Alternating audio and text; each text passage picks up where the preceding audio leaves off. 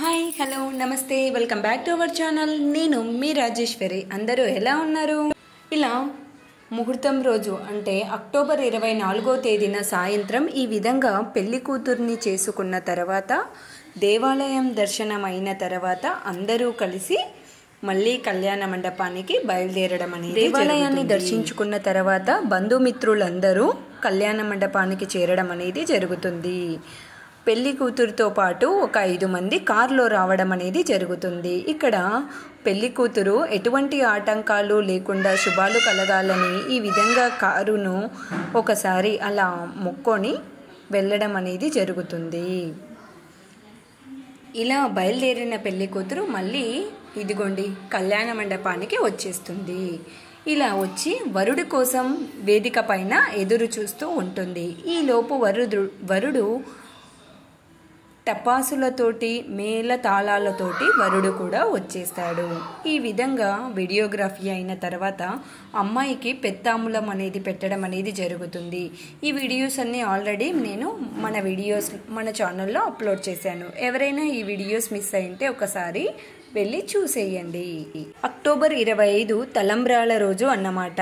ఈ విధంగా వీళ్ళకి మంగళ స్నానాలు, పైనీళ్ళు అంటారు వీటిని. ఇలా పైనీళ్ళు ఇవన్నీ ఎందుకు చేస్తారు ఏంటి అనేది కూడా మన వీడియోలో నేను అప్లోడ్ చేశాను. ఒకసారి వెళ్ళి చూసేయండి. ఇలా మంగళ స్నానాల తర్వాత వీళ్ళని ఈ విధంగా తలంబ్రాల బట్టలతో రెడీ చేయించి ఈ విధంగా తాళి కట్టు శుభవేళ ఆ క్షణం కోసం ఎదురు చూస్తూ ఉన్న జనాలందరూ వేదిక పైకి వచ్చి వారిని ఆశీర్వదించడం అనేది జరుగుతుంది. ఇలా ఒక్కొక్క వేడుక వెనుక ఒక్కో రహస్యం అనేది పెద్దలు పెట్టారని మనము ఎన్నో చెప్పుకున్నాం. ఇక ఆ తర్వాత రిసెప్షన్ అన్నమాట. తాళి కట్టించుకున్నాక అమ్మాయి వరుడు ఇంటికి వెళుతుంది. మళ్ళీ మరుసటి రోజున ఈ విధంగా సాయంత్రం రిసెప్షన్ అనే పేరుతో మళ్ళీ అమ్మాయి తరపున ఒక వేదికని ఏర్పాటు చేసి ఈ విధంగా మళ్ళీ బంధుమిత్రులందరికీ వధూవరులని చూపించడానికి పెద్దలు చేసే ప్రయత్నం అన్నమాట. వరుడు వధువు ఇద్దరు దేవాలయం దగ్గర ఉన్న తర్వాత వారిని మేళతాళాలతో మళ్ళీ ఇక్కడ ఇంటి దగ్గరికి తీసుకురావడం అనేది జరుగుతుంది.